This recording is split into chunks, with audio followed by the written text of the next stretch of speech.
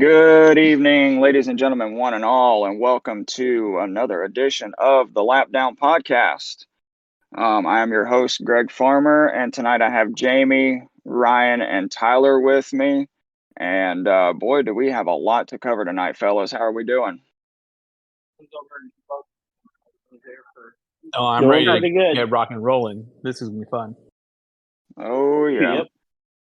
So, if you guys are ready, grab your popcorn, grab your favorite snack, grab your favorite five-course meal, whatever it is that you want, because we are going to discuss everything that happened at Richmond over the weekend.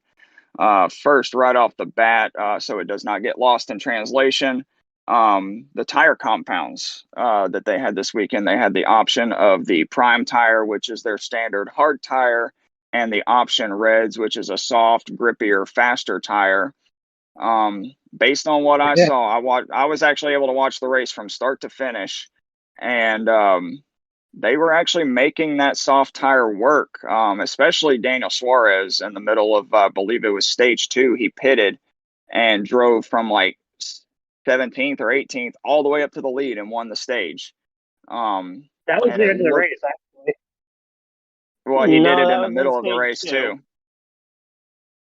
Yeah, he but did. I He give did him it a in the little middle bit of of the credit. race. Michael McDowell also went from a lap down in 31st place up into the top 10 with the tires too. Yeah, he did.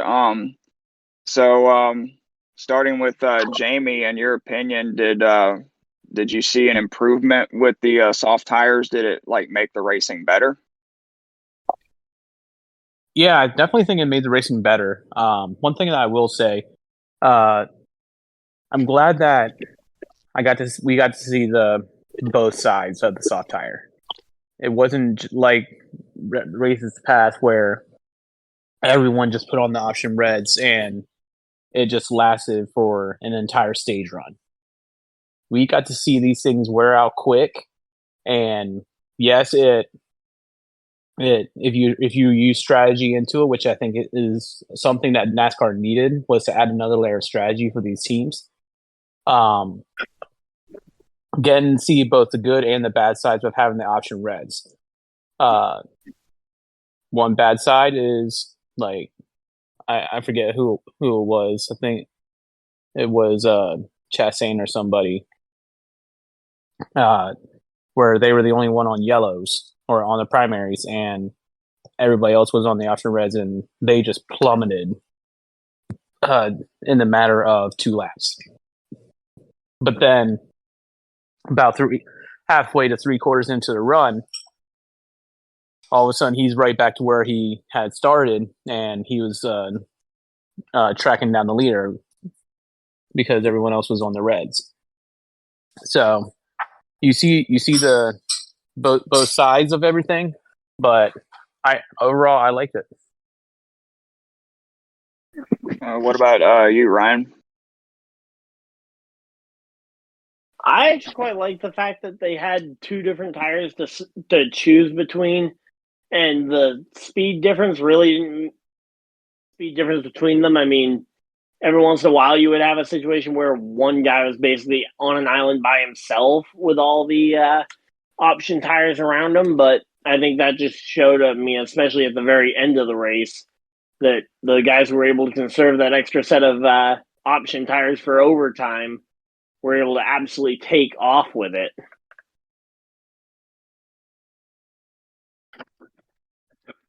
What about you, Tyler? Oh, yeah, like, towards the end of the run, like, especially with the tires heated up, those tires were almost a second and a half faster than on the option tires for Prime. I thought it was great, the fact that, like, there was a raw pace difference between not all the Prime and the option. Yeah, I agree. I also agree with something that Ryan said before we started recording. They didn't really let us know until like the middle of stage 1 that the teams were only allowed 2 sets of the option tires, which I mean, I see why, but let us know beforehand, because we going into the race, we really didn't know how many sets that they had to actually be able to run. Um, And I mean, like Jamie said, you saw the difference between the hards and the softs. When Daniel Suarez put the softs on, he was on an island by himself, just mowing through the field. And then at the end of the race, when everyone took on reds and Suarez didn't have another set left sitting in the pits, he restarted sixth and ended up finishing like 21st.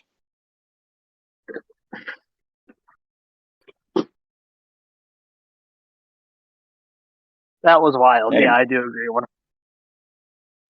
I actually am curious if that'll make it that the next time they have the option tires at the track, if everybody will basically be forced to try and save a set of tires for that potential overtime. I wouldn't necessarily use the word force on that.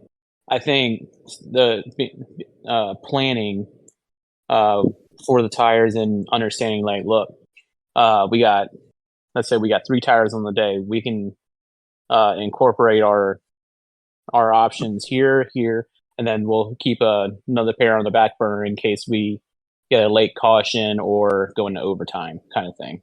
Yeah, I mean, my point to using the word force there was more so because of just the necessity of if we don't have that extra set of option tires at the end, we're cooked. Yeah, I mean that's still just strategy, though. Yep.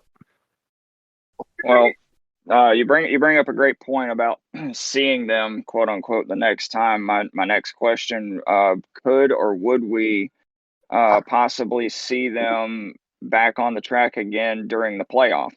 So let's say maybe a Martinsville or a Phoenix. Yes, and Roval. Ooh, that would actually be kind of, or Watkins Glen. Watkins Glen'd be a pretty good one too. What about you, Jamie? You got any thoughts on that? I mean, I would love to see them on flat surface Kinda. tracks. I think that should be the criteria, like flat surface tracks. Because I mean, Richmond doesn't really have that much banking as like other tracks. Phoenix would be the only one I'm kind of iffy on, just because of the banking and the turns. But outside of that, I don't see a problem with it. Yeah. Well, Yeah, I Phoenix think is really only banked in like 3 and 4 coming to the start finish line. Turns 1 and 2 are pretty flat. Yeah, but that could be the difference maker, though. The dog leg's Yeah, pretty true. big too. yeah, but Yeah. I mean, I think we can all admit that Phoenix has needed something to be done for a few years now, and this might be the thing we need to try. I Oh, for think sure. even with the Gen 6 car, it was not very good racing. Yeah. Well, I mean, only time will tell. I mean, I think it was a very big step in the right direction as far as trying to quote unquote fix the short tracks. You know, as we've said time and time again on this podcast, they've tried different things, changing the car and taking parts off, putting parts on and stuff. And this one with the tires it was like the first real step in the right direction as far as better racing product, I would say. But we're going to jump into the real big, juicy stuff from Sunday night. Austin Dillon had a great weekend as far as a car goes, practicing. I mean, I don't know if he qualified too well, but Qualified top 10. oh, he did. Okay.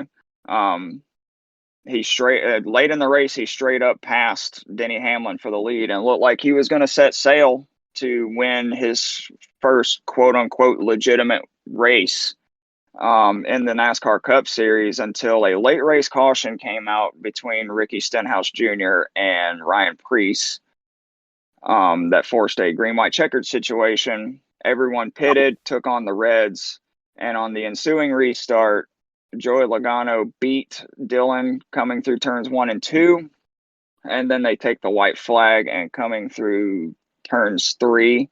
Dillon was about 4 car lengths back and absolutely shipped it in there and didn't even try to make the corner. He bumped Joey Logano, Okay. causing Logano to spin, and then came down. And Denny Hamlin was in the process of passing him for the lead, and came down and right reared Denny Hamlin into the outside wall and won the race. You know, we saw NASCAR Twitter and NASCAR Facebook kind of explode after that. We waited and waited and waited for the penalty report to come out, and it finally came out at about 4 o'clock this afternoon. Dillon will be able to keep the win, but he lost his playoff berth and all of his playoff points that he earned from this race, and was also docked 25 points, and his spotter was suspended for 3 races due to conduct unbecoming of a NASCAR driver and spotter. And this is actually in the rule book, actions detrimental to the sport. And Joey Logano was also fined $50,000 for his post-race burnout on pit road in front of Austin Dillon's crew and his wife and child that were standing on pit road. Now, my first question to you guys, starting with Jamie, is Elton Sawyer said that it was really close to crossing the line, but they didn't really say what that line was. Jamie, in your opinion, what was the line that was crossed? Was it him spinning Logano or him wrecking Denny Hamlin? I think it's a combination of both. It's the actions of a driver doing whatever he feels like in the moment that he needs to do to win, whether it means wrecking one person, 2 people, 3 people, potentially injuring the driver because he's just turning people left and right to try to get a race win. I don't think it's a matter of one separate incident. I think it's the total incident that rubbed NASCAR the wrong way. I mean, if he just went right in, if it was just a Joey Logano incident and just full sent it in, turned him, and ended up winning the race, he may have gotten a fine for that, but people could have just looked at it as like bump and run kind of stuff. But going after Denny Hamlin, that was where front line crap. That was not okay. That was unsportsmanlike conduct. I call that unsportsmanlike conduct. All right, well, let Jamie finish his thoughts real quick. Sorry, I have very, very big opinions on it. And when it comes to the Denny Hamlin one, I mean, we've seen drivers get suspensions for retaliation of turning people, but that wasn't a retaliation of Denny Hamlin doing anything wrong. That was just Austin Dillon being stupid and being a greedy little dwarf man and trying to get a win because he is just a terrible race driver. Honestly, I think he should have gotten suspended along with everything, but I think they did set a precedent by taking away the playoff berth, and even if he does end up miraculously winning another race, right now I'm working on that. What the? Mute, please. A little loud, yes. Tyler, mute. Tyler, please mute.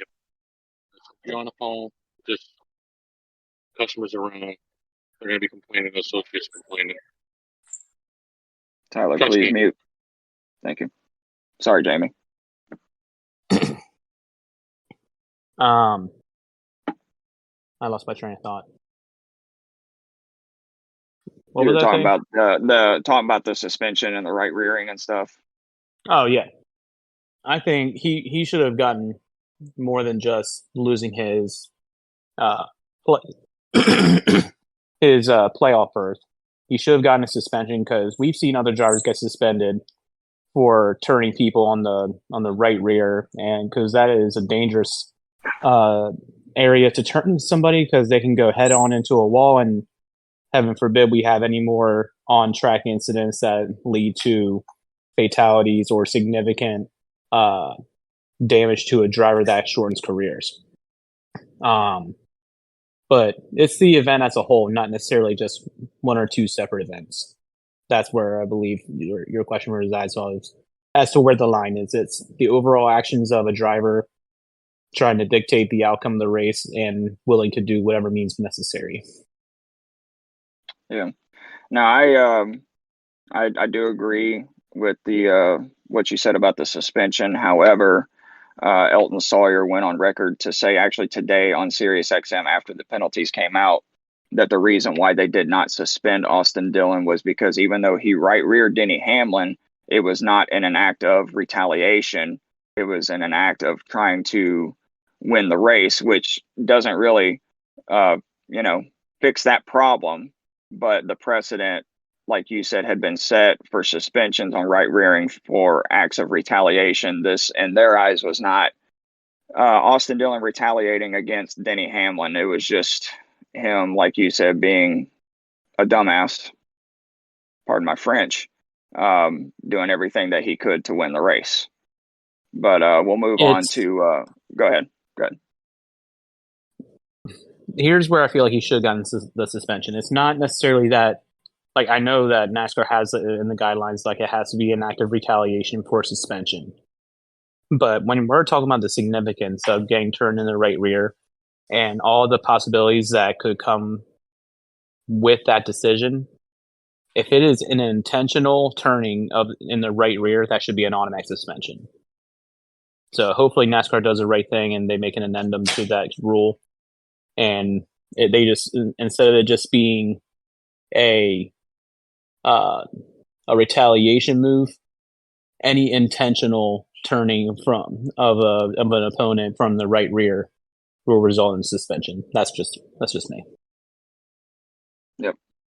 And the spotter suspension comes from if you listen to the radio transmission, I'm paraphrasing here. His spotter said, "I don't care how you do it," before he bumped Logano.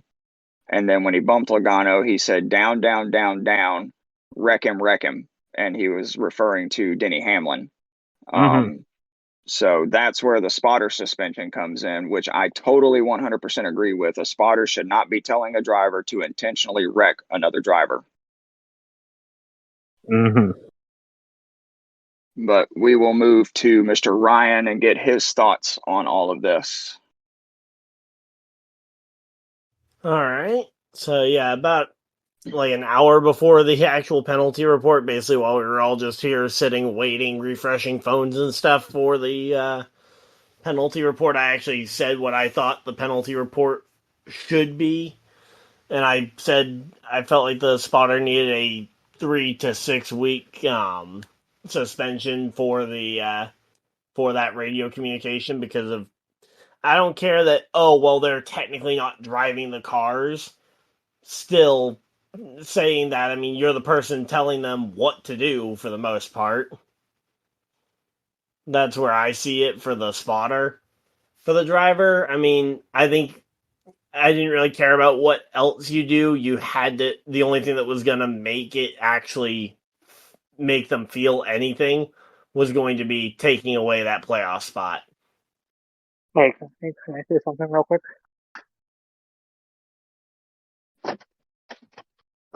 Go ahead. So, actually, can we just go back to Richmond 2013, Ty Norris and Clint Boyer? Date? I'm surprised they were leaning on his spotter because they suspended Ty Norris indefinitely.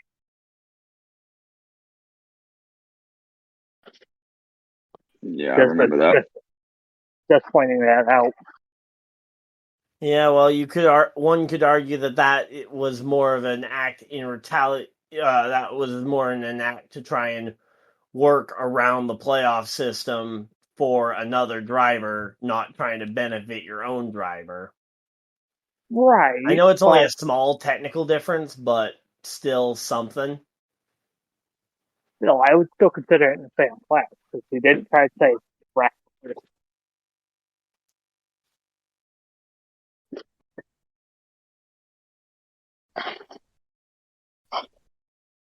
Yep. My next question about all this is starting with Jamie again. Had NASCAR not acted on a penalty report and just let this go, sweep it under the rug, whatever, it's okay. Would we see this again? Maybe even for the championship. You got, let's say, William Byron, Denny Hamlin, somehow Austin Dillon or whoever, and like another guy battling for the championship, and one driver is in like second or third place, and he's on the cusp of winning the championship, and he just goes and cleans out the front two cars to win the championship. Would it be possible to see this happen once again? Oh, I definitely think it would be possible. And honestly, NASCAR would lose a lot of credibility as an elite sport as they're working tirelessly to get to. Because you got a lot of young drivers in the league now. You got a lot of young drivers who are impressionable, and if they see a guy like Austin Dillon get no type of repercussions for just being moving chicane and causing damage to race cars and not caring about the consequences if it ultimately means he can get a win, then of course they're going to be super aggressive on the restarts and on the finishes and playoff elimination races and things like that could turn out very badly because people are going to start driving like a bunch of madmen, and that's whereas like if you are an investor of the sport or if you're like I would even say like even watching it, like if I knew it was going to be happening, there's going to be a lot of people that would get excited about that, sure, but I'm not watching NASCAR for the wrecks. I'm watching it for the strategy. I'm watching it for the sport of it. I'm watching it to see the absolute best drivers showcase as to why they're the best drivers. And one of the things that I was having a conversation with another guy at work, and he was like, well, I don't see anything wrong with it because Dale did it. I mean, we're talking about a long, long time ago, a totally different era where Dale Earnhardt did things the way Dale Earnhardt wanted to. He would not be able to get away with half the crap that he got away with in today's day and age of NASCAR. He also did it very few and far between. No, I agree, but it's just the fan mindset of still having that mindset of, oh, I see nothing wrong with it because Dale did it. It just irks me, and I think it's just people who don't want to see NASCAR grow as a sport.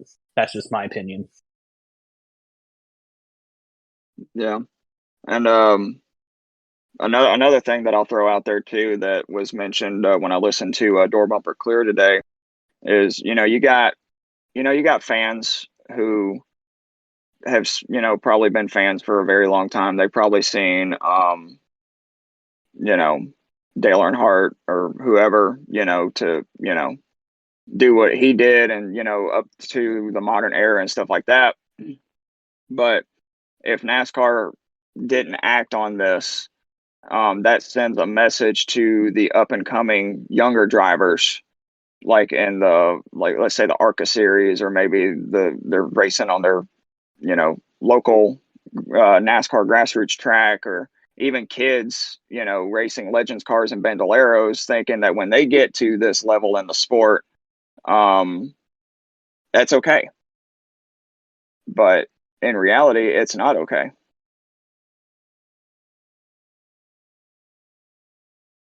What are your thoughts, Ryan?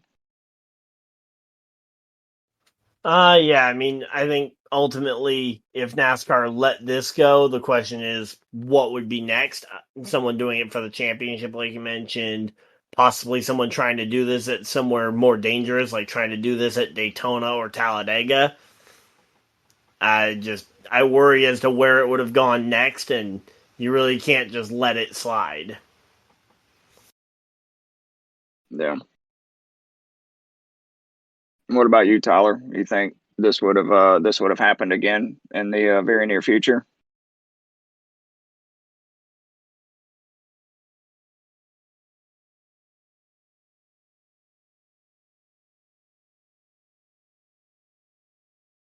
Tyler?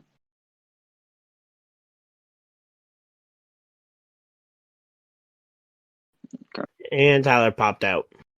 Yep. All right. Well, I'll go on to my next question. Oh, Check, no, check. Tyler's back. Yep, we got you. Oh So, yeah, 100%. yeah, I agree. It shows a message to like NASCAR doesn't care to let boys have at it. Like it just shows that. And it makes the younger guys think that NASCAR doesn't have any rules. Basically, it's a free for all. And if that happened in the championship, NASCAR would lose a lot of money and a lot of and credibility. I 100% agree with the credibility.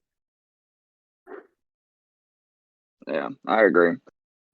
My next question, a lot of people were viewing this with Austin Dillon as like a move of desperation because he was sitting 32nd in the points. He hasn't had the season that he wanted to have. Neither has Kyle Busch, for that matter, RCR as a whole.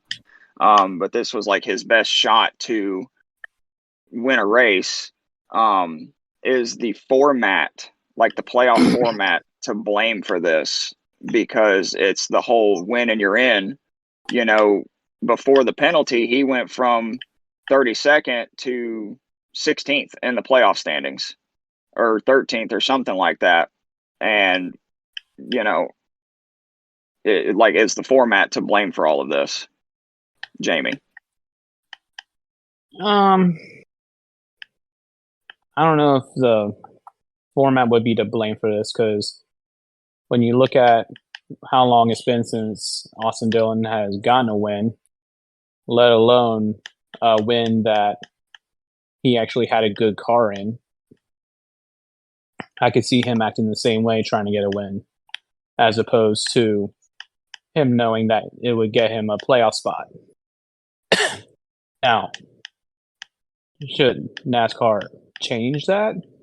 I don't think so, because despite what some of the old heads of NASCAR say, it has created some better avenues and some better racing, especially for stage points, and forcing the drivers who are already well and good and ready to get to the championship to keep racing, because you want to get those extra bonus points. You want to get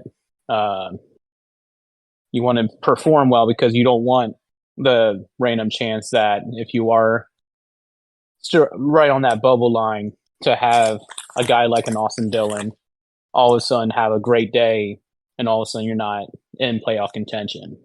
It forces you to perform on a more consistent basis. So I don't think the format had anything to do with that. I think it had everything to do with how long has it been since he's actually had a win, and how hungry was he going to be, and how determined was he going to make it happen.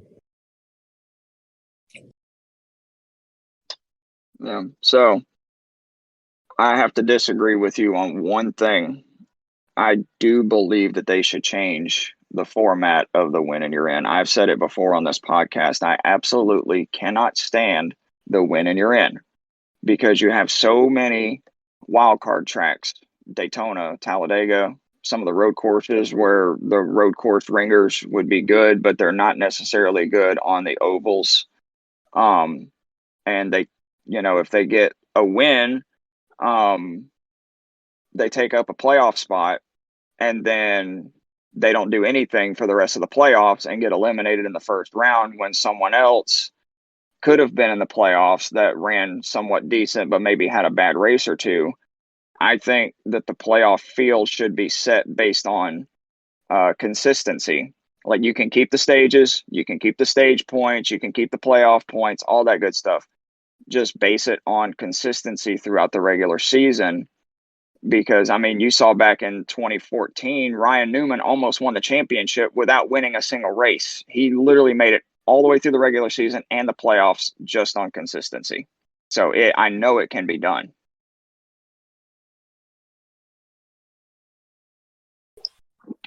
Can I go next? Go ahead, Tyler. So my opinion on this is that I actually like the win you're in, but I don't like how the fact that anybody can win here.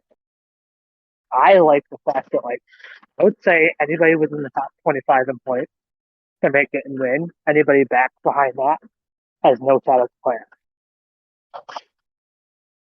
That's the only thing that was. That's how it used to be. It used to be top 30, and you had to be top 30 in points for your win to count. No, I'm saying, like, if your win to count and you're 30, if you're 26 or below, your win will count, but it won't count for a playoff race. That's You what have I'm to be saying. make it more That's how. strict, and make it more strict than 30th. I'd say top 25, and that's it. But I do like the win in your end. I like how the format is, but it needs to be less of a gimmick.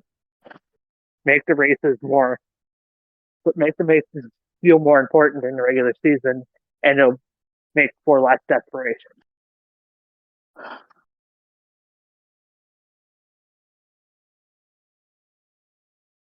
I honestly didn't really care for it when it first came out in 2014, 2015, because I'm a huge Dale Earnhardt Jr. fan, and Talladega 2015, I'm still salty about.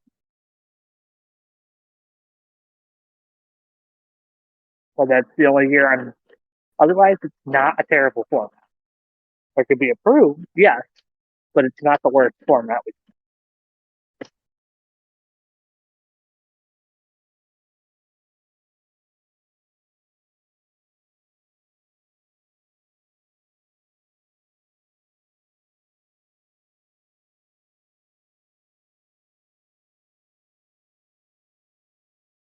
I'm not sure if Didn't something's realize going on that. with Greg. Nope, didn't realize I was muted. My bad. Ryan, what are your thoughts? I'm so sorry. I'm so sorry.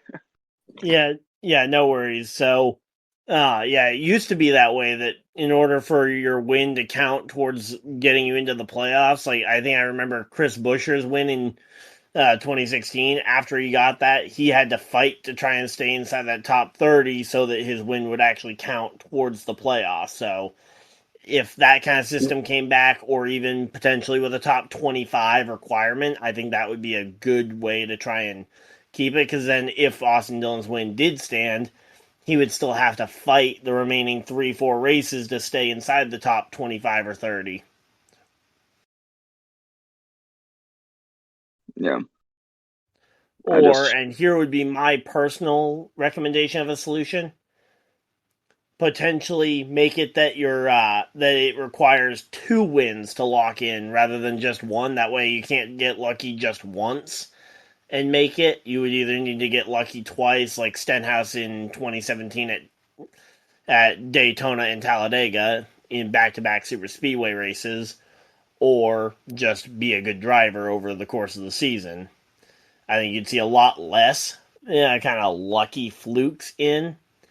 And the only maybe asterisks I would say is maybe you guarantee the people who win your crown jewel races, so your Daytona 500 winner, your Coke 600, Brickyard 400 winners get automatically locked in, but that might make it a little too complicated. So I think just leaving it at 2 wins required to make the playoffs would probably be the simplest solution. I like that idea. If they didn't take away the win and you're in, but I've got kind of a feeling that something might be done during the off season, as far as the format based off this. I don't think they're going to completely like turn it around because of how many iconic moments that the playoff format has created. I don't think they're going to go completely the other way. I don't think it's going to go back to a full season points format the way that some people would say. I would even doubt that they would go back on the win and you're in.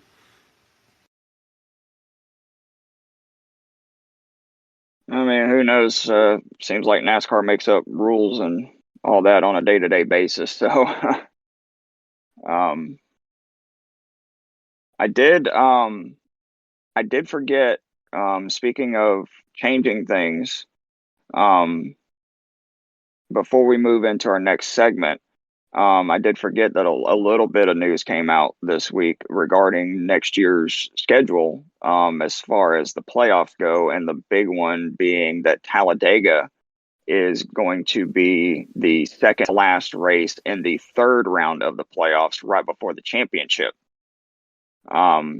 Jamie, how do we feel about having a super speedway in the round of 8? I hate it. I really do. Because restrictor plates are such wild card races. You don't really like. Yeah, you're gonna have your marquee few who just have a knack for super speedway racing, but it's not. It's not. I'll argue up and down. It's not full. It's not a skill track. It's a strategy track. I gotta be in the right place at the right time, and hope to God that I avoid the big one. It's also very much a teamwork track. Right. And when we're talking about playoffs, teammates are out of the window. Like, I could give 2 less craps if my teammate is going to make it into the final round if I'm trying to get into that final round. I am out there trying to compete to the best way I can to make sure that I get into the round 4 to race for the championship. Super speedway racing should be the last race going into the playoffs. That way, it gives that one per random person, that one last Hail Mary to try to make it into the playoffs with the current format. That's where I think Talladega and Daytona races like that should sit, not in the playoffs. Playoffs are for the skilled tracks, for the skilled drivers, and may the best driver win. That's how I feel. I mean, I don't disagree, but let me throw this at you. You know, let's say they roll into Talladega next year, and let's say a team like Hendrick Motorsports, they got all 4 cars in the playoffs, but 3 of them got eliminated in the previous rounds, and you're left with a Chase Elliott. If you're the other 3 drivers, are you going to try to help Chase Elliott win to get into the round the championship 4, or is it still every man for himself and you're just going to try to win the race? Oh, if you're already eliminated, then obviously you're going to do the teammate thing and try to make sure that your teammate gets in, which could create further issues because then you could have teammates potentially trying to dictate the race. And let's say we get into a scenario where there's 2 lines of traffic. Chase Elliott is on the inside with Bowman behind him. And then you got, let's say, Byron on the outside. And there's a random driver behind him, and then Kyle Larson is behind that other driver. Like, you could see a world where let's say for whatever reason, Bowman eases off the gas a little bit and causes a chain reaction on the final lap, and there happens to be a wreck on the final lap. Chase Elliott wins. It creates avenues for shady things to happen that isn't based on skill. And as a Chase Elliott fan, like, yeah, I'd be happy he made it into the Final 4 by winning the race, but at the same time, I would not be happy because it's not a legit win. It's not him earning that win. It's him being in the right place at the right time, and his teammates ultimately dictated the outcome of the race. All right. Ryan, what are your thoughts on Talladega being that second to last race there in that round? Well, I feel like we talked about this last week. I don't know if the episode actually got sent over to the guy who posts them, but yeah, I feel like Talladega has kind of found its home in the round of 12, and I feel like it fits good in that spot because with it being in the round of 8, it feels too close to the joke idea of one day they're just going to put the championship for at Daytona. which would be a complete joke, and I sincerely hope that they never do that. But moving it to the round of 8, where Talladega will lock someone into the championship 4, again, I feel like you're getting too close to it. I think round of 12 is fine because you've potentially eliminated a couple of the drivers who got in on lucky wins in the first round in real tracks, but you're also not locking them into a championship round on it. That's why I feel like the round of 12 just works pretty perfectly for Talladega. All right. Tyler, what about you?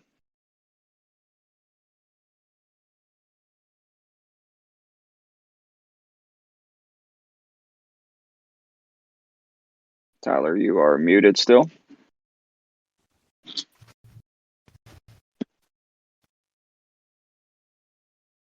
It was in a bad area, sorry. I'm back. No, you're good. So I actually kind of like. I don't like the fact that it goes in an 8, but I like the fact that Talladega's in the play. Yeah, I mean, I feel like one super speedway belongs in the playoffs, especially with how much emphasis and the fact that we now have 6 super speedways in the series. I feel like one of them has to be in the playoffs. Now, I don't necessarily like the fact that there are 2 of them this year. Now, my personal opinion on the fact that like it's in round 8, I mean, honestly, I don't care for it.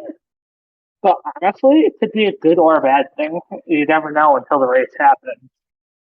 But it also depends on like who's desperate, who's not. And also, like it being at second to last, it could also make for interesting strategy race too. If you think about it, it could be one of the best. It could actually make one of the best TP Speedway races, or one of the a crapshoot. You never know until the race happens. So I have no personal opinion on it until the race happens. Yeah, we've seen round of 8 truck races at Talladega, and they're always crapshoots. But that's the truck, though. Yeah. Yeah, but I mean, that is round of 8 racing at Talladega. Everybody diving for every last point that they can get to try and maybe even lock themselves into a championship run at a track that, yeah, is fairly luck dependent. Yeah. Well, I'm kind of with Tyler on this. I'm not going to really give an opinion until I see it actually happen, and then I'll give an opinion on it. And then you have, real quick, and then on the other side of the coin, because obviously there's more than just lucky winners at Talladega, you could have the one person who misses out on the playoffs on the championship 4 by 1 point because they got collected in somebody else's mess at Talladega too. So, I mean, Yeah. it's more than just the winner potentially locking in. It's somebody getting involved in something that's completely not their fault. It also like could the fact that nobody can be locked in at all after the race, if you think about it. Well, Ryan, it's funny that you say that. I mean, granted, it's not happening this year due to the scheduling with the Olympics and stuff, but for the last couple of years, we've seen Daytona be the regular season finale, and you've had guys going in there on the cusp of making the playoffs and have guys getting knocked out because they got caught up in someone else's wreck. What was it?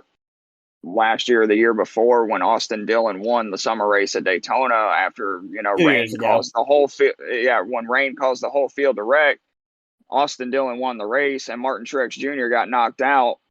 So who's to say that, Talladega wouldn't be any different in the playoffs? I think that they would be up in the playoffs, but there'd be more reckless driving. I mean, it also it depends on like how the drivers view it as well. It's like, yeah, it could be chaos, but they may not push early on to prevent people from making big cracks. So it might be like a single file race at the beginning of the race, and then when stage 3 hits, that's when the action. Well, and not to go too much back to what we saw this weekend at Richmond, but if you're a teammate of a driver who's in the same championship 8 trying to make it there, do you start trying to push the other drivers in that championship spot into unfortunate spots, like trying to force them in, trying to push them into situations where they'll end up 3 and 4 wide? I think I do, unfortunately. Yeah. Because you can do that while not making it look intentional by just giving a nice solid push and basically trying to shove someone into a gap that they really shouldn't fit into.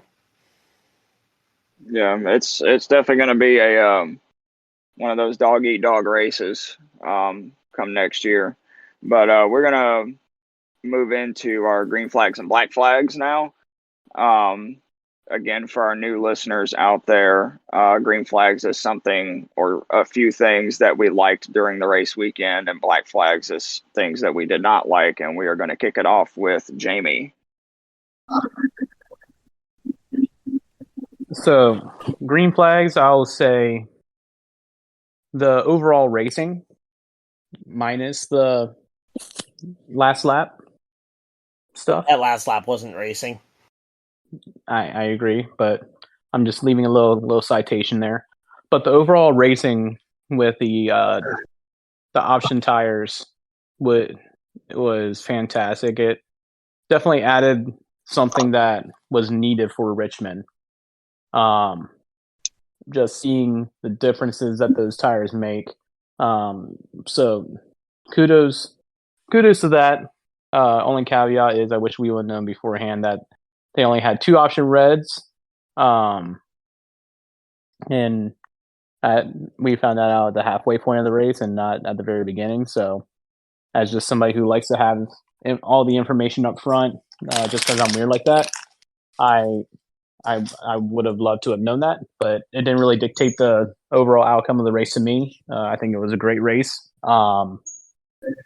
Black flag. This is where silly Jamie comes out. Why is it that the broadcasts feel like that they need to be different than the rest of motorsports?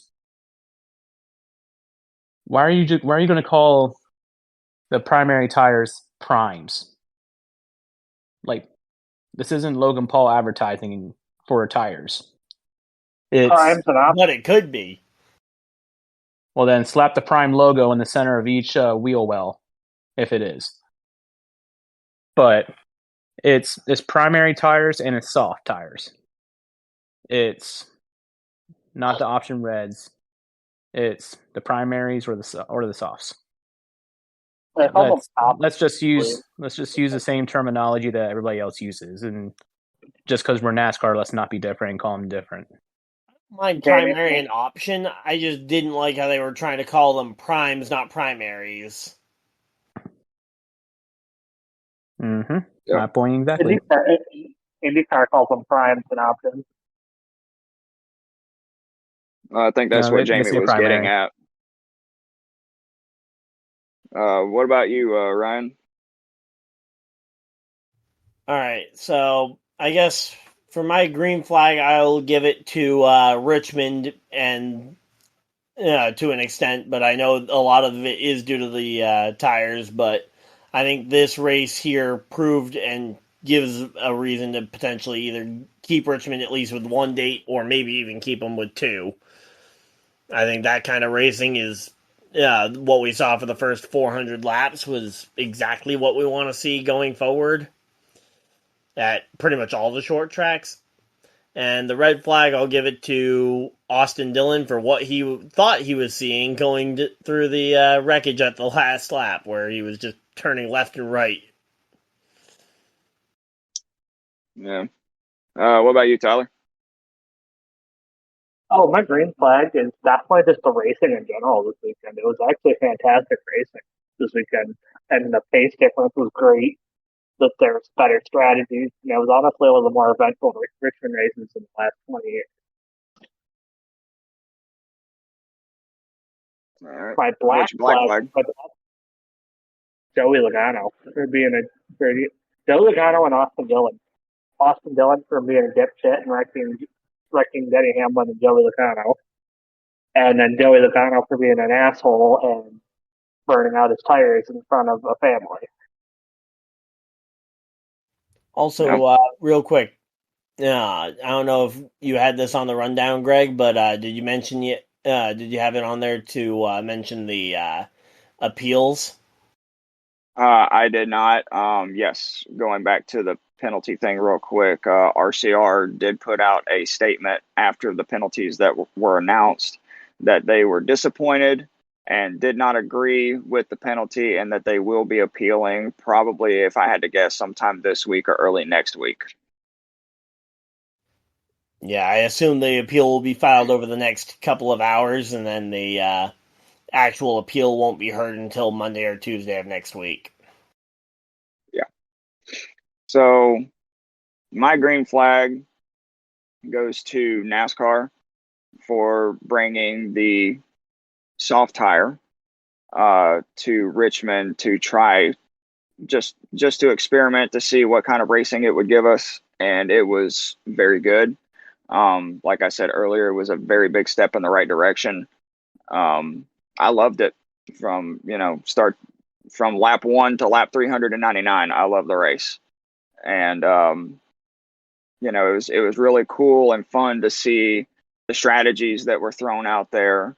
The team's trying to figure it out, and the fact that the tire only had about a 40 to 50 lap life on it. It's exactly what we've been wanting to see for God knows how long now, when it comes to tire wear. And you saw a lot of comers and goers and stuff. I loved it.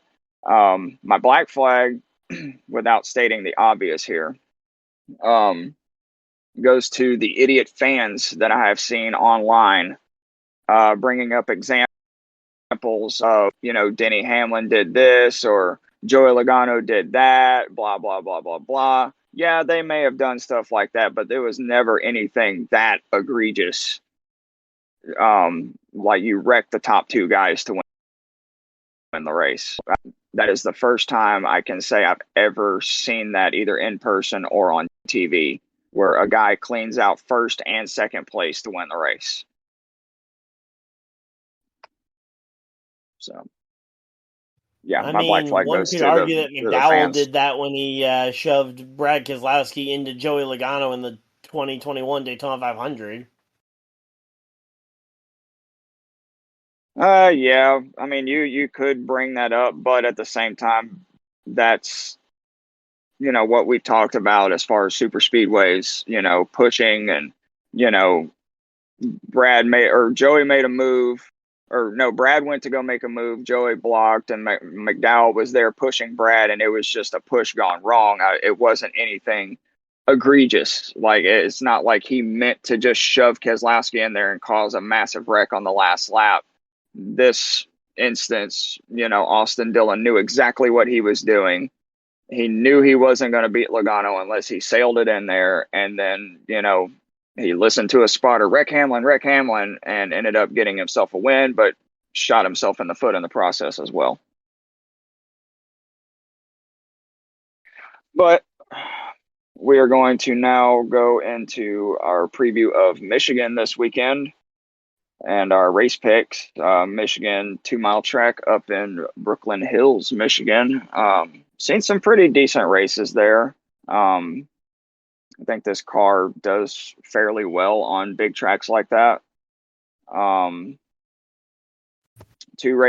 this, it'll be 2 races left in the regular season with Daytona and Darlington. And as I announced in our group chat earlier this week, Daytona and Darlington will be worth double points as far as race picks. But a special announcement is that when the playoffs start, everyone's points will be reset to 300. And whoever is in first place at the end of the regular season after Darlington, after points are updated after Darlington, will receive 15 bonus points. Boom, boom, bam, baby. So make your picks accordingly after this. I have our names on the wheel. What's I that? do have my Michigan trivia question. Oh, And if yes. we're And tied, if you're tied, then I will go back through the standings and see who has the most wins, and that will be the tiebreaker. But I have the names on the wheel here. I don't know if you can see my camera. And the first pick will be Jamie. For once, I get the first pick. I am going to go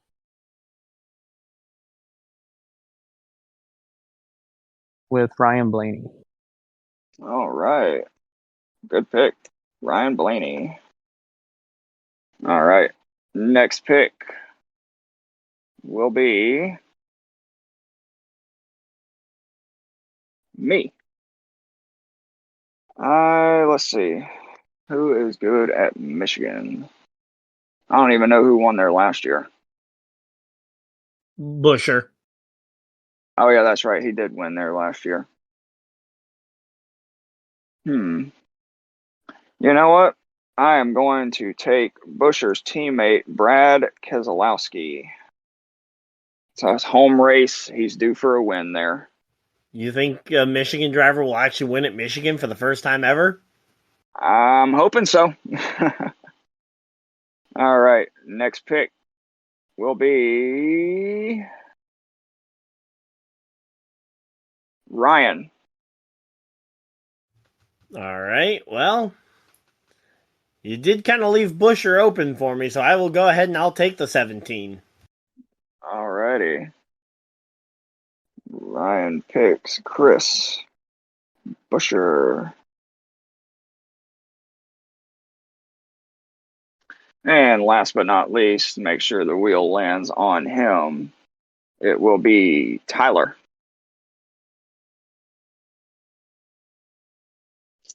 I mean, you left some really good picks on the table, guys. You left Hendrick out. I'm going with Kyle Larson. All right. I can't believe you guys left Kyle Larson out. I wanted to be a Kyle little bit Larson. I was going to say, different. we all went Ford. Yeah. When was the last time Chevy won at Michigan? Probably when Kyle Larson won during his domination tour. No, actually, Ryan Blaney won that race in 2021. They didn't have two races there in 21? Nope.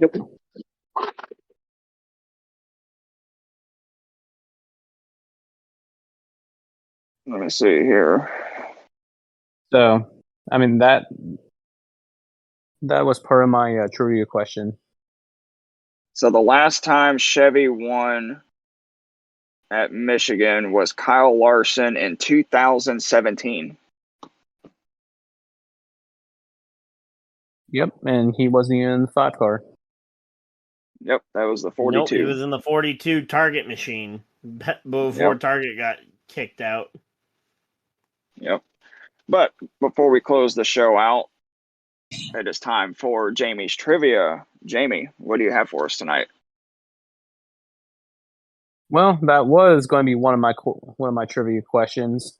Was when was the last time a Chevy actually won at Michigan? But spoiler alert, you kind of already took that one. So, My apologies. of the current field, who has the most wins? Okay, so active drivers. All right, Ryan, you go first. Most wins among active drivers at Michigan. I mean, is it crazy to think Kyle Larson with 3 could be it? Tyler?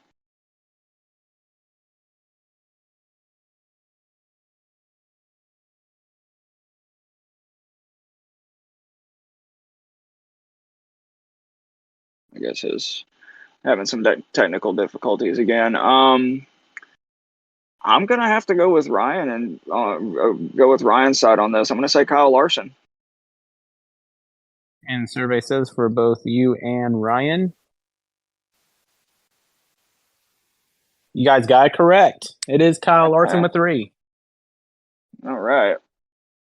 I'll say that was kind of. Didn't he win like 3 in a row or 2 in a row, Yep, and then he won one Yeah, three he later in a on? won row. 3 in a row, 2016, and then he swept the 2-mile tracks in 2017, including Auto Club. And right behind him is Denny Hamlin with 2.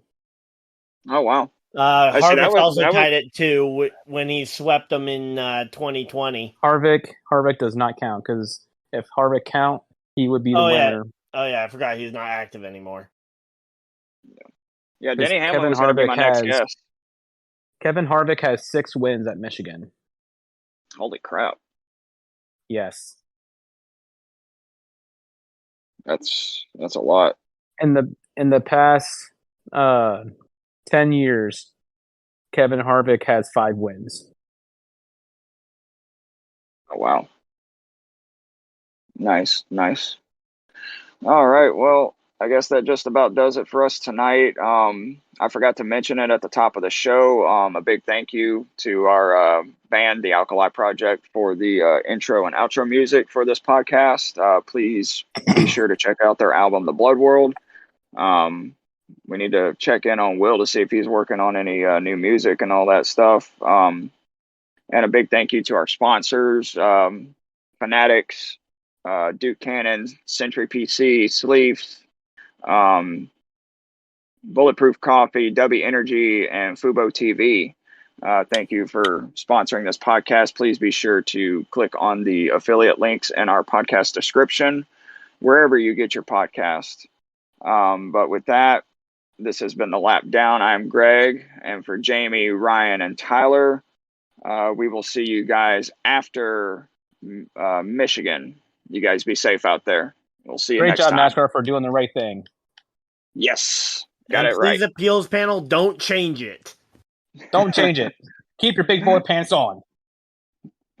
All right. Deuces, guys. Deuces.